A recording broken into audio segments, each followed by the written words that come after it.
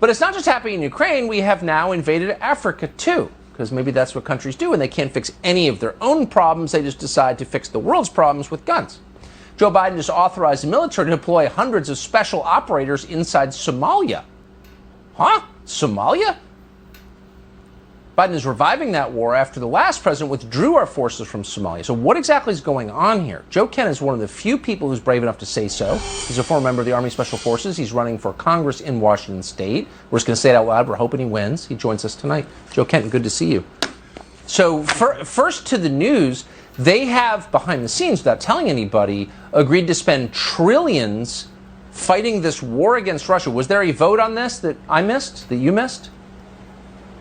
No one asked us, Tucker. They just, in the dead of night, said that they're going to send $40 billion to Russia. Only 57 courageous members in the House, and then we have 11 courageous members in the Senate that actually rejected this funding. But then we have members of Congress, we have members of the Senate, members of the national security apparatus openly saying that we are at war with Russia, and our goal is some form of an ill-defined regime change, and they're willing to risk World War III to make it all happen. But no one's asked the American people. There's no congressman, there's no senator that signed off on these provocations that's gone back to their district and explained to the American people that, hey, we're going to go to war and here's what it's going to cost and you get to vote on it. None of that's happened. This just shows how little these people actually respect us.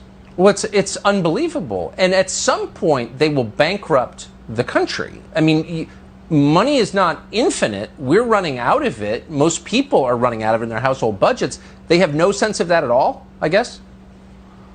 Yeah, none whatsoever. Or really, I think the thing is they could just care less. That's the biggest thing. They don't care that we can't even produce enough formula to feed our own babies right now. They don't care that there's actually a clearly defined national security threat happening every day on our southern border. Mexican cartels, a foreign terrorist organization, is pumping fentanyl, enough to kill every single American twice over, into our country, and we're going to take some of our best special operators and we are going to deploy them across the world because that's just the easy button. That's an old war that all the funding codes are already defined for. The military-industrial complex knows exactly how to fund that one, and Joe Biden and the midwits in his regime can look tough. They're going after terror as opposed to actually trying to secure the American people. They don't have any respect for us. That's very clear. I heard the eye patch guy from Texas yesterday say that if you complain about the effects on the American economy, you're, quote, pro-Russia. Are you pro-Russia, Joe Kent? Not whatsoever. I really want the war in Ukraine to stop. We should be moving towards de-escalation. But it is 100% legitimate for every citizen right now to look at our representatives and say, what are you doing? Why are you sending our money over there when we have these very real problems right here? Everything in government or in leadership comes down to priorities.